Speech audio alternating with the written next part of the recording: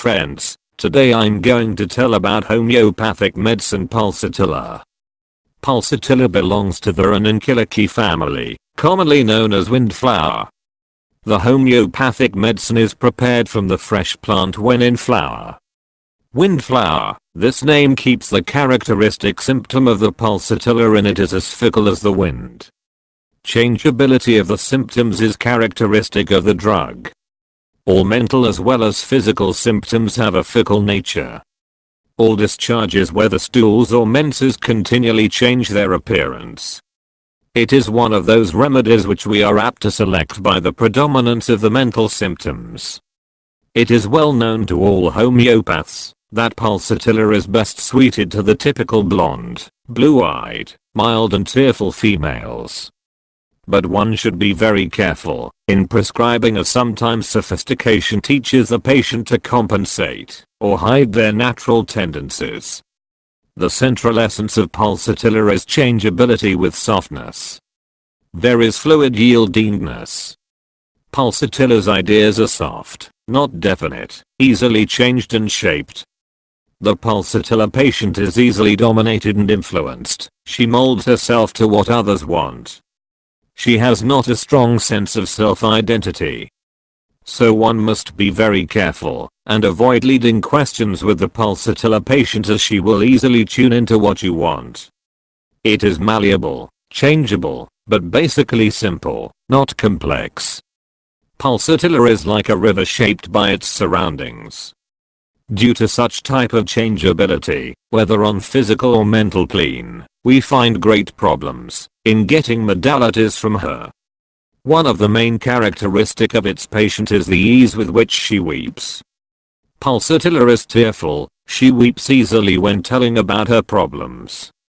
Pulsatilla women are sad, melancholic and tearful, but not very introspective like Ignitia.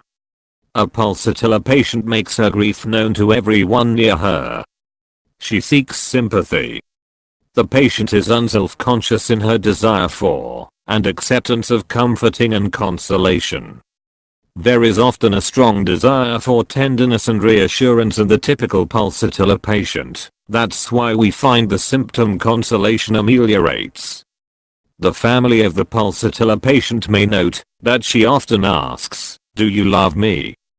This dependency will also be projected onto the doctor, that the patient wants extra attention, affection, and reassurance from the doctor. Basically, she desires and gets amelioration by consolation. Again, the shyness and timidity is very characteristic to Pulsatilla. The patient blushes easily and feels embarrassed from slight causes. But here also is a strong desire for affection and reassurance is hidden. On physical plane, it acts mainly upon circulatory system and hormonal system. In the circulatory sphere, Pulsatilla patient is often plethoric and congested. Firrington in his clinical material medica wrote that whatever weakens the venous portion of the circulation, whatever retards the return of blood to the heart, must of course provoke just the class of symptoms for which Pulsatilla may be indicated. For instance, a warm close room, where temperature is too high, will provoke these symptoms, because veins will become tortuous and there will be some oppression about the chest, and at this time open air acts as a stimulus to the venous circulation, and improves the symptoms depending upon the sluggish flow of blood. And from here comes the important physical general character of the Pulsatilla craves, or ameliorated by open air or in breezes. Pulsatilla on the hormonal sphere particularly affects the female menstrual cycle. In homeopathy, Pulsatilla is one of the main remedies which covers almost all forms of menstrual problems, from premenstrual syndrome to amenorrhea to menopausal hot flushes. It is also one of the most important remedies in pregnancy-related disorders. In Pulsatilla, a female's first serious impairment of health is referred to the homeopath at the age of puberty, as never been well since, anemia, bronchitis, phthisis. Firrington said that we find Pulsatilla is indicated in girls at the age of puberty, when the menstrual flow has not established itself normally, or has not appeared at all. It is especially at this time that you may find soreness of the apices of the lungs, calling for Pulsatilla, and unless you remove this symptom and establish the menstrual flow, your patient will have some form of phthisis. It is especially suitable for chlorotic or anemic women with a constant feeling of dullness. But it is especially indicated for the cases where chlorosis or anemia has been complicated by the abuse of iron and quinine, even years before. Another important physical general for Pulsatilla is thirstlessness with nearly all complaints. It produces a catarrhal inflammation on mucous membranes, which ends in the production of bland yellow or yellow-green mucus. And this indication we may apply to any mucous membrane. Conjunctivitis calls for Pulsatilla when the discharge is thick, yellow and bland, hence Pulsatilla is not indicated in the beginning of the disease. Again, it is invaluable in ophthalmia after measles, and in ophthalmia neonatorum where generally the discharge is thick and bland. It also affects the nasal mucous membrane, where it is best indicated in advanced stages, when nasal catarrh ripened, and nasal discharge is thick, mucopurulent and yellowish-green in color. That is why Pulsatilla is mainly suitable for the cases of chronic nasal catarrh. We next come to the ear, where it is invaluable for both otitis externa and otitis media. In otitis externa, the ear is hot, red, and swollen with darting, tearing, pulsating pains, which are worse at night. In otitis media, it is useful when there is profuse thick yellow or yellow-green discharge from the ear.